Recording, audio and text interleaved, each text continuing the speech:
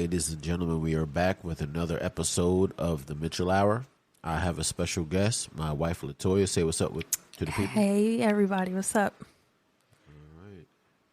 So,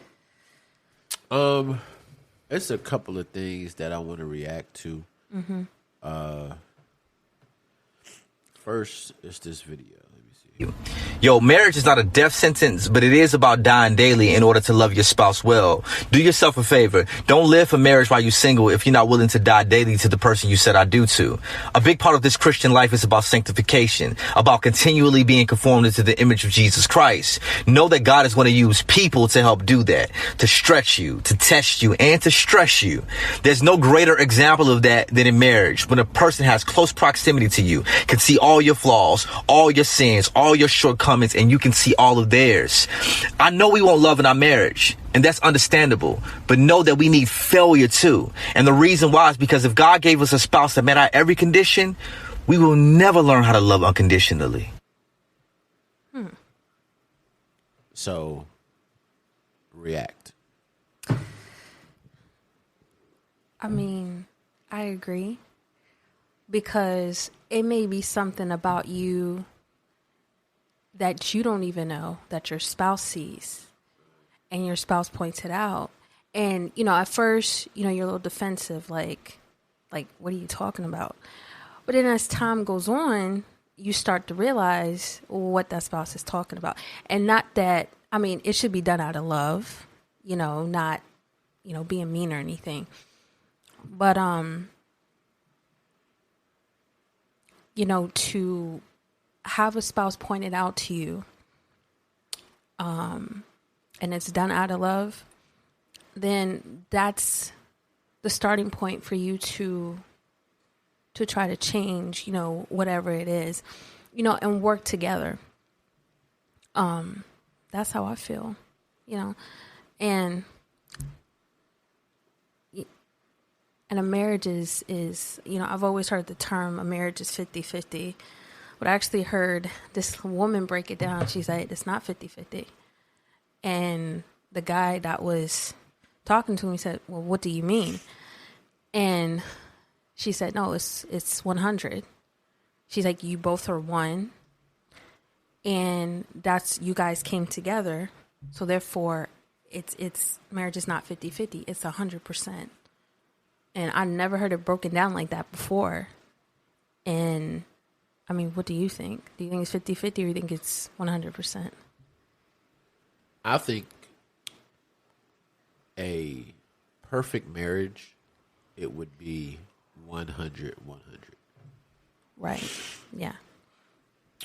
But human beings are not willing to give their all to each other. And what I mean is, it's like when you first meet somebody, right? And you guys fall deeply in love, you fall fast, you go out on dates, you spend every minute with each other. When you're not with each other, you're on the phone. At that point in time, yes, I think you will give 100% of yourself to somebody. But as you get hurt, or as you go through certain situations, I think that you might be shut off. It could be from previous relationships or what you're going through in your present relationship. But I don't think any human being gives 100% of themselves in a marriage.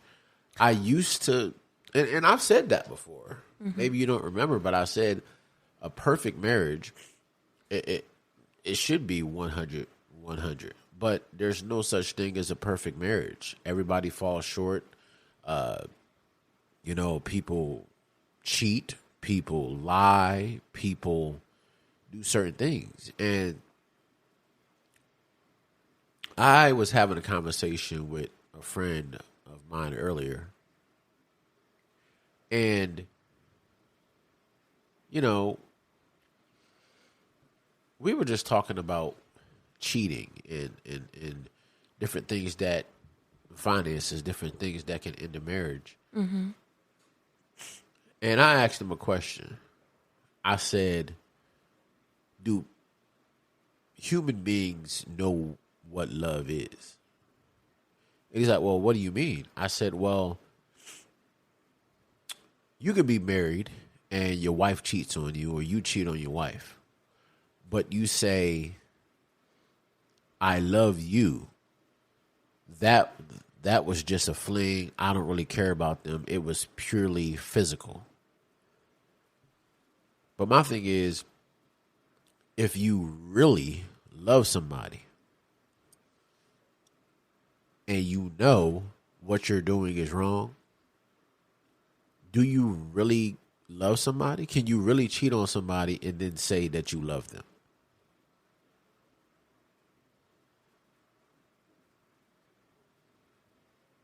Because, like, I know what the guy said in the video, you die daily and, and God uses your spouse and you can't be perfect and stuff like that. But I feel like marriage nowadays is just like a joke. Like our grandparents, great-grandparents, they stayed married forever.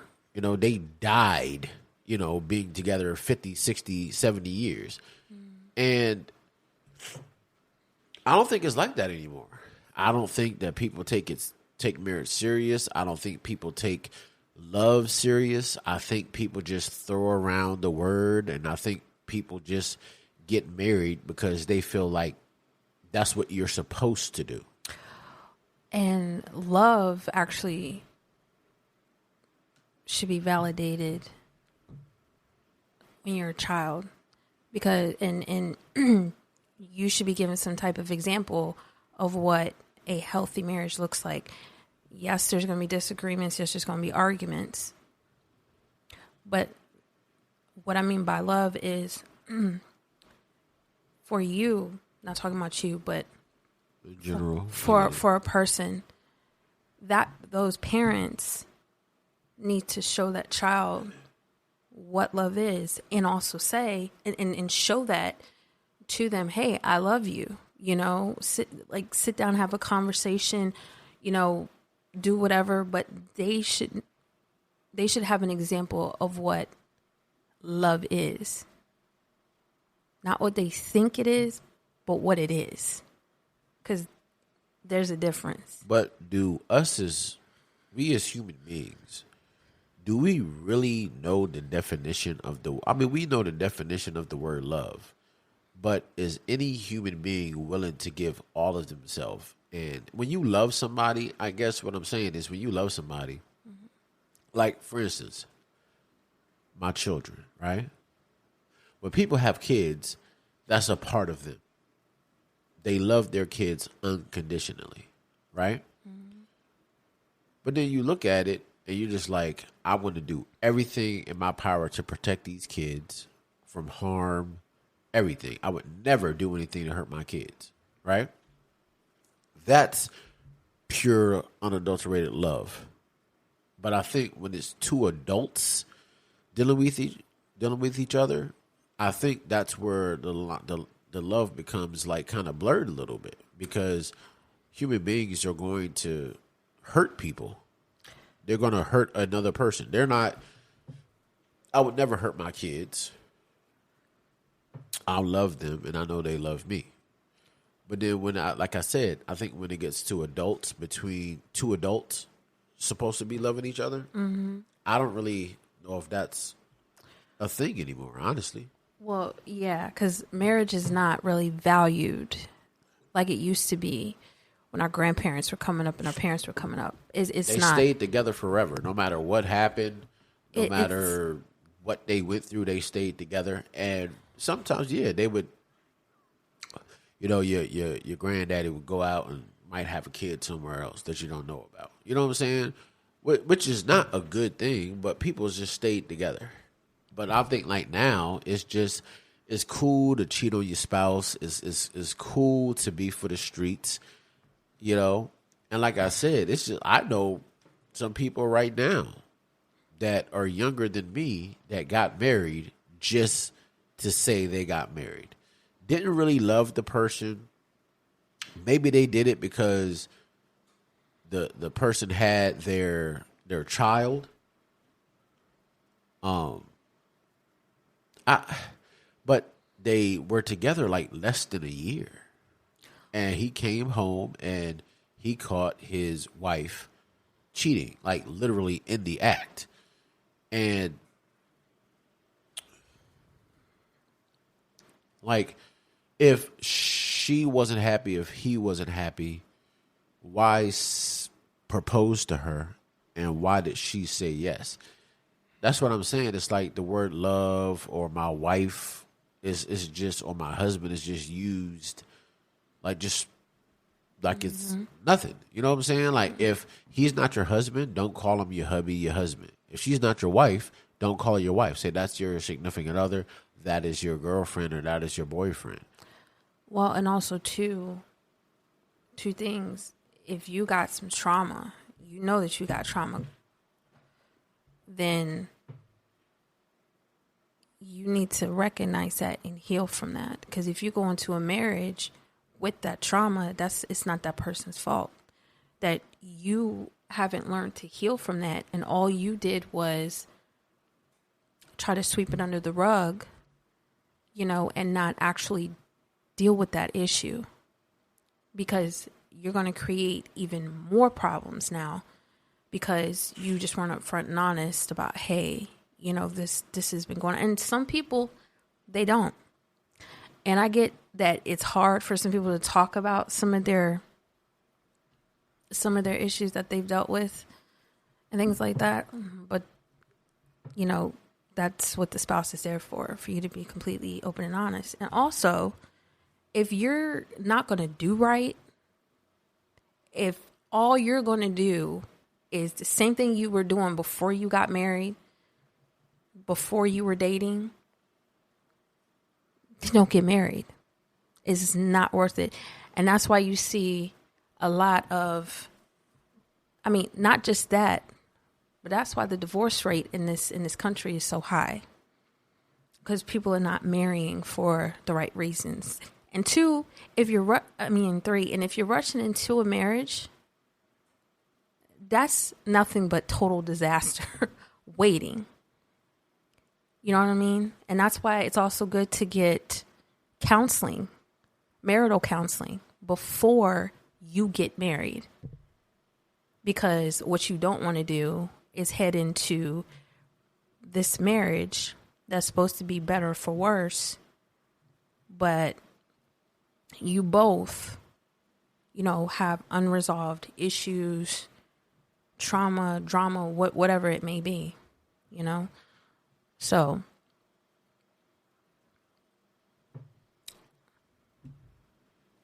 I agree, but I think human beings move strictly on emotion. So, if you love a guy, or a guy loves you, and y'all are just been dating for a couple of years, and I feel like now, I think the reason why marriages end so quickly is because they begin so quickly. It's like you date a person for a couple of months. You date a person for a year. You just like, you know what? I'm going to show this person that I love him, or that I love her. And you just jump right into it. You don't know that person's body count. You don't know that person's psych eval. You don't know if they're crazy. You know what I'm saying? And I think people nowadays just think the only way that I can show this woman that I love her is to propose to her. But I think that's doing a disservice, because you could show a woman that you love her, or show a man that you love him, by actually telling him the truth that you're not married, and don't feel obligated to put a ring on her finger, or don't feel obligated to say yes. Now, I saw a video a couple of days ago where it was a man and a woman that was at a family gathering, like a cookout or something, and I think it was exactly for their proposal. And he proposed to her in front of his family and her family, and she said no.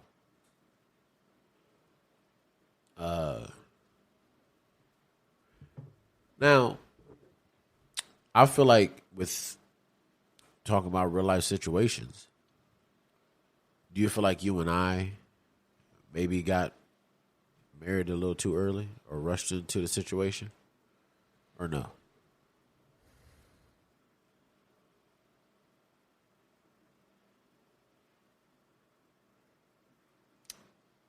No. Okay. So, I mean, we were dating for a little while before we got married. I mean, there's people that date for some months and get married. I mean, you're going to know if that person's for you or not. I mean, y'all are just going to mesh. And, you know, and that extra step of, you know, marital counseling too is necessary. Right. You know, again, if you're not going to be honest, or you're just going to not act right, then just don't even, you know. And then also too, marriage is not just about the physical, you know what I'm saying? It's about mentally. Now, mentally, you two got to come together. You two emotionally have to come together as well. You know, not just for yourself, but for your spouse. You know, you have to be emotionally available.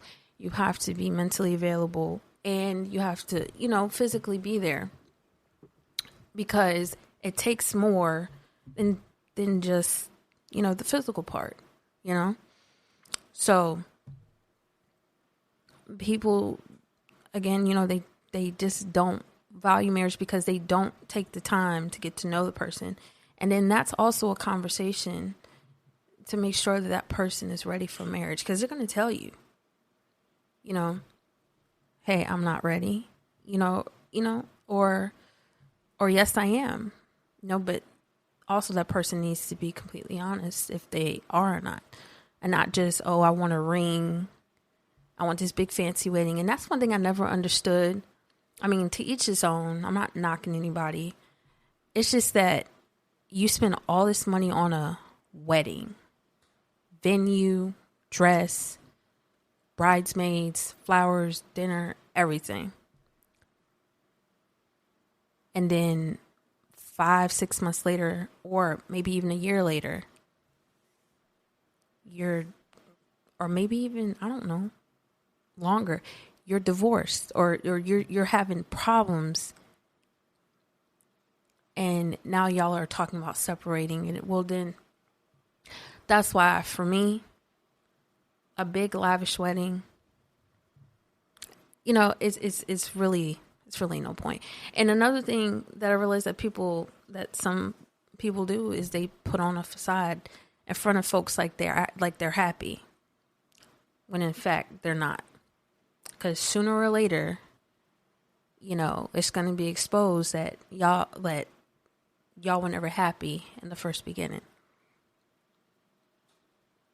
You know, but, you know, there may be that one, you know, that picks up that, you know, something just ain't right. You know, why, you know, they're just, you know, just too, something just ain't fitting. You know what I mean? So. Yeah. But you talked about self-accountability and just being honest. But is that even possible? I mean, because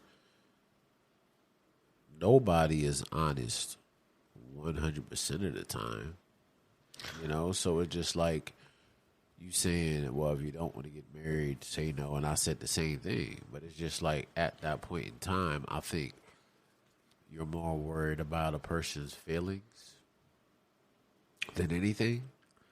And that's where I think it gets a little crazy because, I mean, if you know you're not going to be 100% committed to this person, but you're worried about their feelings at the same time, it doesn't really make any sense because you're like, all right, I know I've been cheating on this person the whole time we've been in this relationship. Now he's going to ask me to marry him.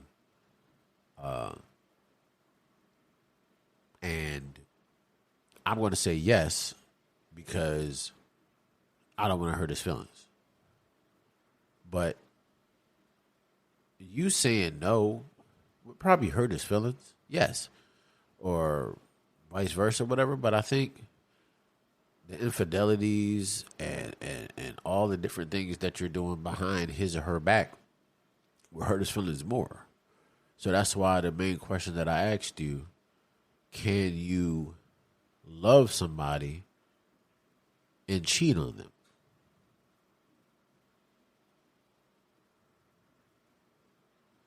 You would have to really question if you do. And that's what I mean. You have to you have to get yourself together. I mean, and that is just not just for marriage, but also too before you get and hop in any relationship. You know, like, be completely honest. I mean, but for some people, at what point are they going to be honest with themselves? You know, and again, getting into a marriage with that issue or with whatever other issues they may have, there's no reason to bring all of that into your marriage, because that's just headed for disaster. And then it's like, it's quicker for it to, you know, it's quicker for it to go downhill, but then it's just so slow for it to get back to, you know, working towards what y'all need to do, because, you know, both parties are like, what's really going on here? Why did we get married in the first place? What were the vows about in the first beginning? Right. Did you really mean what you said? And before we got married, were you for real? And people who are not wanting to get married, they need to just say that. I mean, I understand people, you know, are like, I don't want to hurt this person, but like, be honest with yourself. You know, either you're ready or you're not. But that's the thing. Most people aren't honest with themselves. So if you're not honest with yourself, how could you be honest to another person who you're supposed to bear your all to? And I feel like now it's just, most people know they have an issue. Addicted to sex, addicted to lying, or whatever. And they won't go get help because they're just going to keep on doing the same thing. Well, if I'm not getting caught, whatever, it's fine. But then when a person actually gets caught and they're in you know, could lose their marriage and lose everything, that's when they want to get help.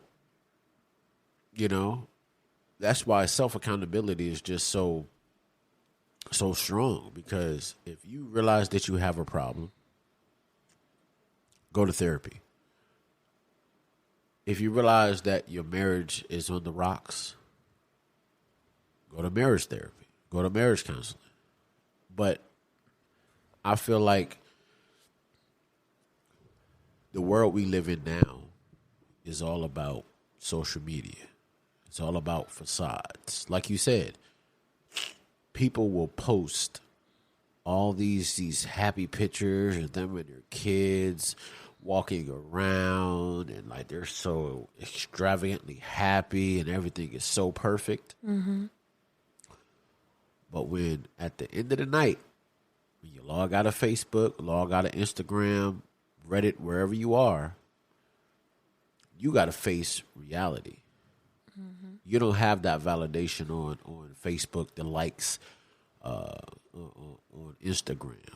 You got to deal with real life, and honestly, people don't like real life, and I think that's why so many people are addicted to social media, because it's not real, and they just seeing, like, they know, like, you just go on there and you're seeing two people holding hands, right, and they're happy. The first thing you're gonna think is,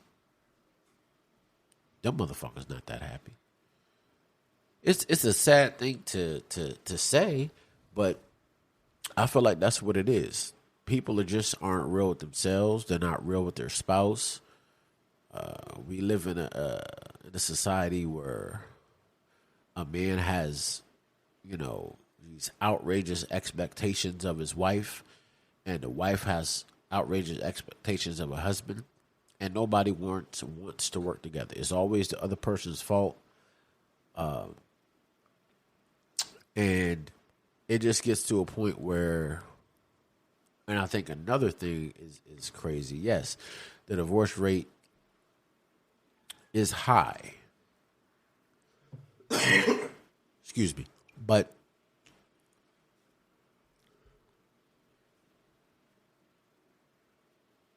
like I said, self-accountability will just help you with a lot of things. If you hold yourself accountable and you don't wait till the problem gets completely out of hand before you get help, maybe some marriages will last.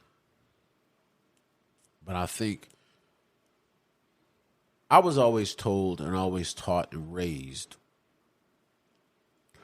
it's a sin to live with a person before you are married. I was always taught that. Mm-hmm. But I never really agreed with it, just because when you marry a person, it's supposed to be for the rest of y'all lives. And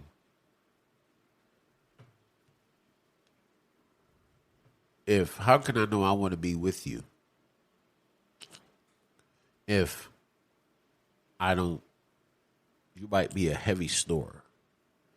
You might have really bad, like, anxiety or sleep apnea or something like that. And you have to get to know a person. And it's sad to say that most people get to know each other by their interactions on social media, which we know is not real. A woman can wear all types of makeup and a waist trainer, and next thing you know, the first time y'all spend the night together, or you wait till you get married, she take the waist trainer off, the lashes, and the weave. She might be bald headed, and the guy, he can sit there and say he does all this other stuff that he physically is not capable of doing, and lie about his finances and that he can take care of you. And by the time you get married and you find all this stuff out, it's too late. Well, that's why marriage counseling is before marriage is important, because it will open that. And for women wearing makeup and whatever, like I said, to each his own. However, don't have that man thinking that that's what you actually look like. Show him what you look like on a regular, just when I get home, this is what I look like. And the reason with the whole living together, is temptation.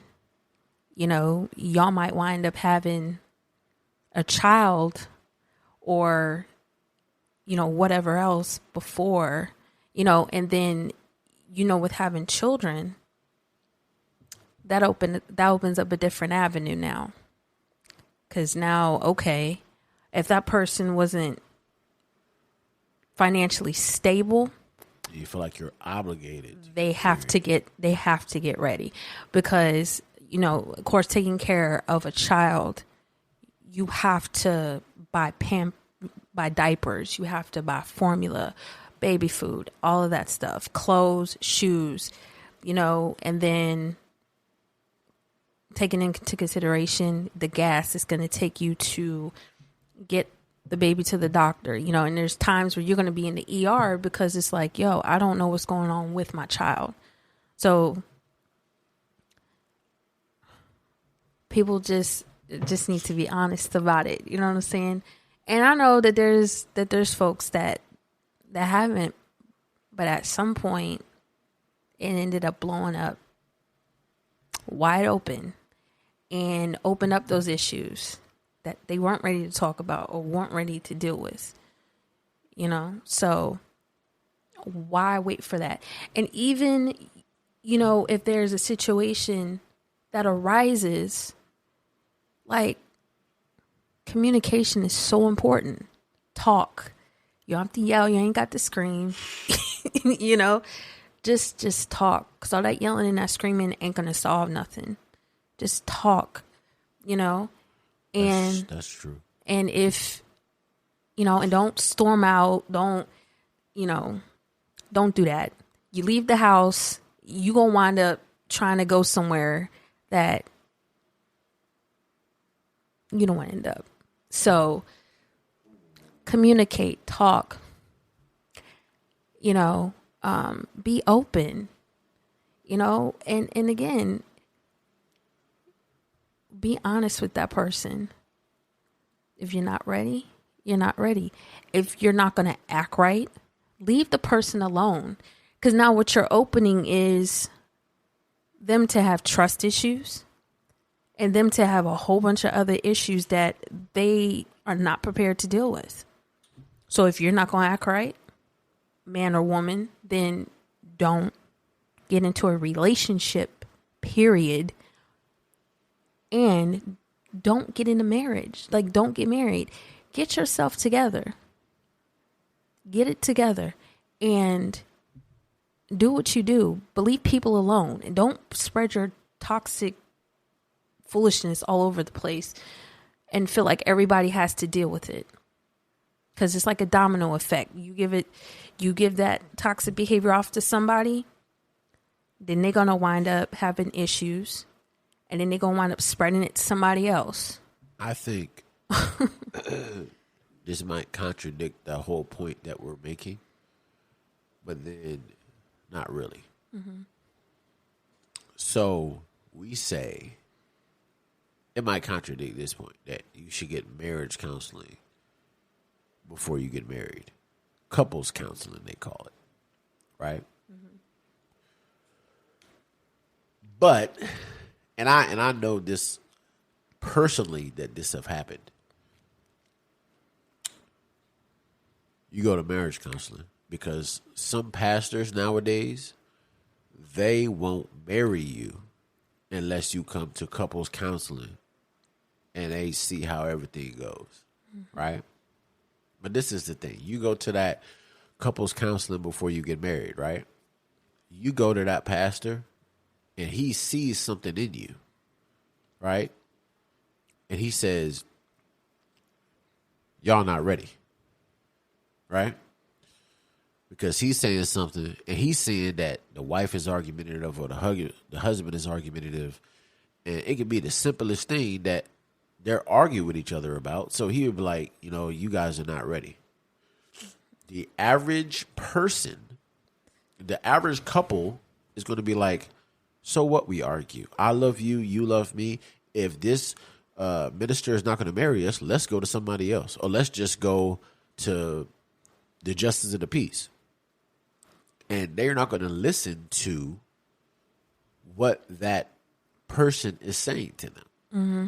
But if they actually went to therapy and counseling for themselves and saw what they have in them, it makes it more understandable. It makes it more easier to accept criticism to tell you that y'all are not ready or that you're wrong, because by the time you've already went to personal therapy, personal counseling, by the time you're going into the couples counseling, if that counselor tells you the same thing that your personal therapist is saying, then you might understand, but like, you know what, maybe we aren't ready.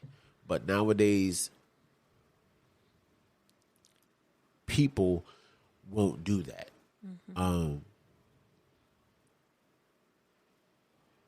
I asked you a question at the beginning, and I said,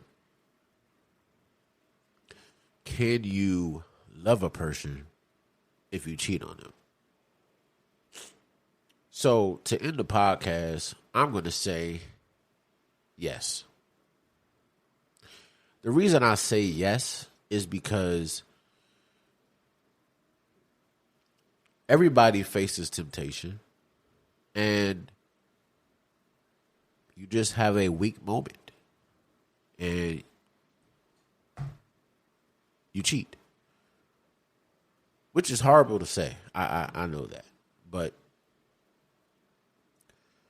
God himself, like Jesus himself, faced, a lot of things, but we're not him. We're supposed to live Christ-like, but God knows that we're not him, and that we fall short, and we're going to give in to temptation.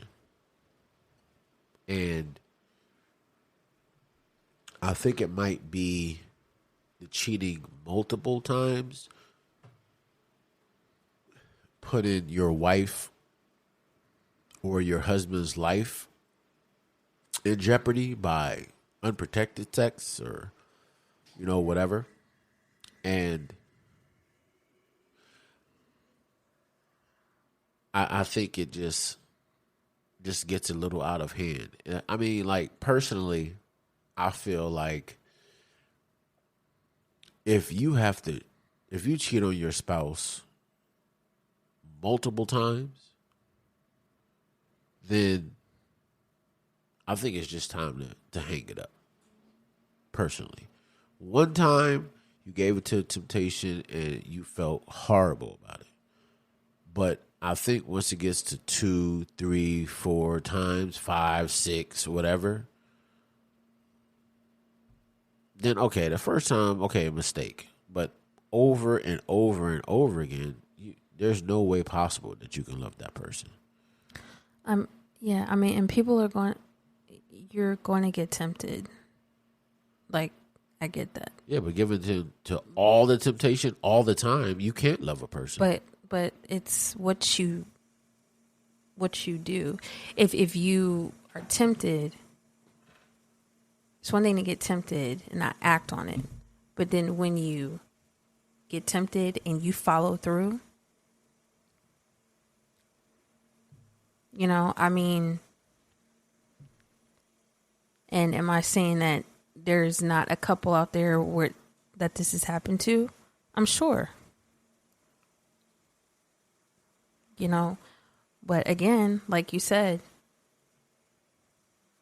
a lot of us didn't go through any type of therapy or whatever. We had to learn the hard way. We had to learn a lot of things on our own, sadly. And didn't go seek any therapy and didn't go, really talk to anybody. And we just kept it hush hush and whatever, and just dealt with it. And then,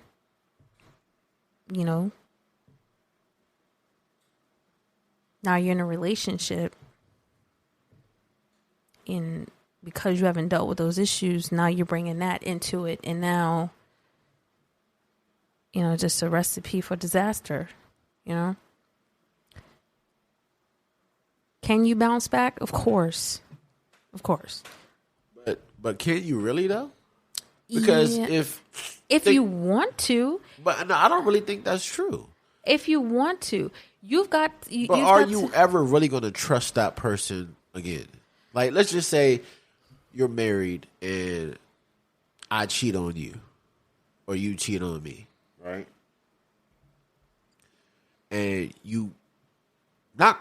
most people are not going to stop doing anything until they get caught, right?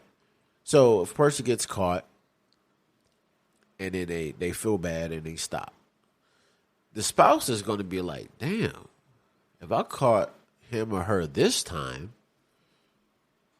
what else am I missing? And most people are not going to be honest. Now, most people, 98, 99% of angry people tell the truth. That's why when people are angry, you need to pay attention to the things that they say. Because chances are that's when you're going to get the truth and get how they're really feeling. So you're saying that a couple, married or not, will be able to work it out if they really want to. But if you really want to, that's one thing. If you really, really, really love that person. But it's never going to be the same that it was before that person got caught cheating, because you're never, ever, ever, ever going to look at that person the same again. You can never really fully trust a person ever again after that. Yeah. And then multiple times using different things as an excuse that you know is it just gets to a point where I feel like if a drug addict tells his family, hey, I'll be right back, I'm going to the store,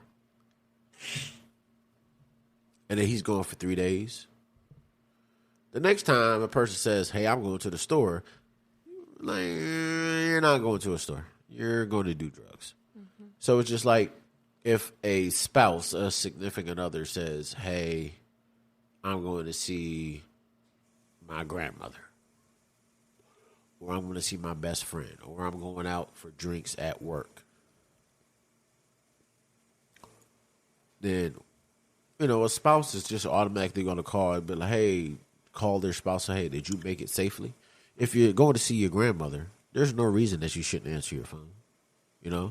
If you're going to drink some drinks with people at work, there's no reason that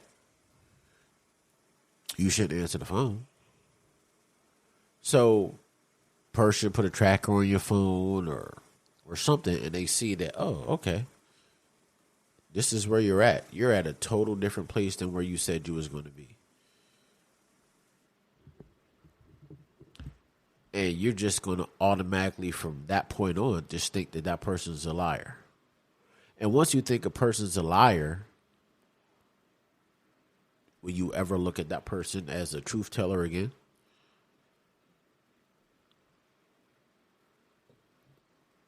That's what I mean by that whole domino effect.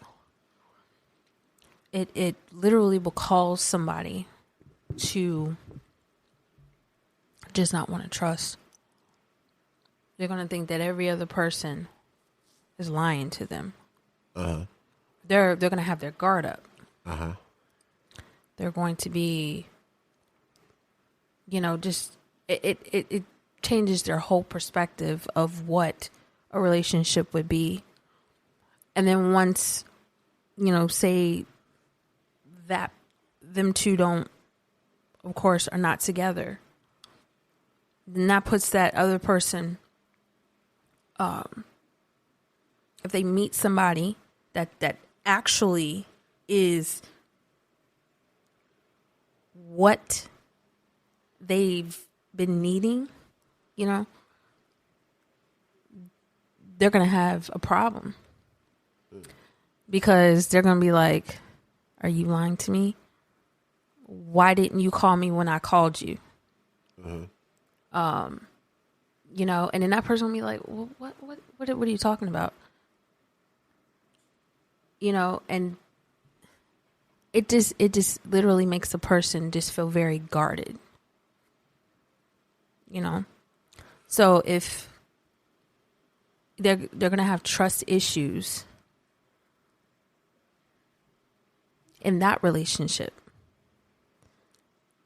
and then that's going to call, and then that person finally is probably going to get to the point where they're going to be like, dude, what is wrong with you? Like why, And then sometimes a person will open up and be like, look, you know, this is what it is. You know what I'm saying? Or they may not open up or say anything at all. But if you're going to do that, then you need to tell them why you're being so guarded. You know? And that goes back to, you know, healing. And I know it takes time, you know, but again, you know, if you're not going to do right, then just leave folks alone. Go do whatever it is that you're going to go do, you know? Yeah, well, I guess in closing, as a person that has been together as long as you and I have, I think you and I got, about 18 years together? Mm-hmm. 18 years total, 12 years married. We've had the ups, we've had the downs, we've had the marriage counseling, we've had the couples counseling.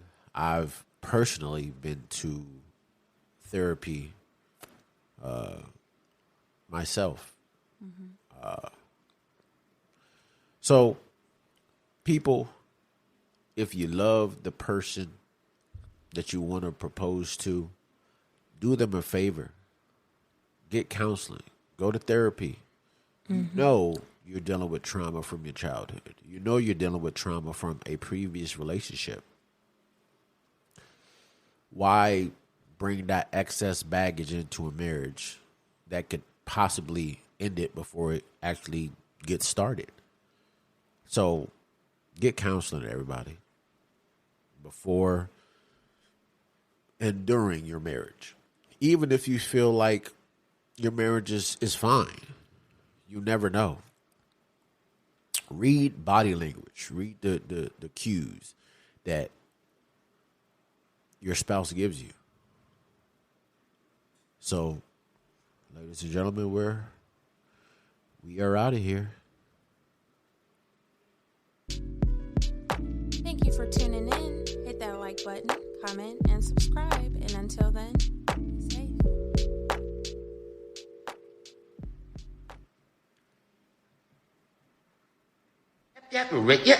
Oh yeah, Devin the Dude here. Yo, check this out, man. You tune in to the Mitchell Hour, baby. Yeah, hosted by Julius and Mike. They doing and saying what they like, man. Hey, y'all keep it moving, keep it hype, man. Much love, Devin. Yeah.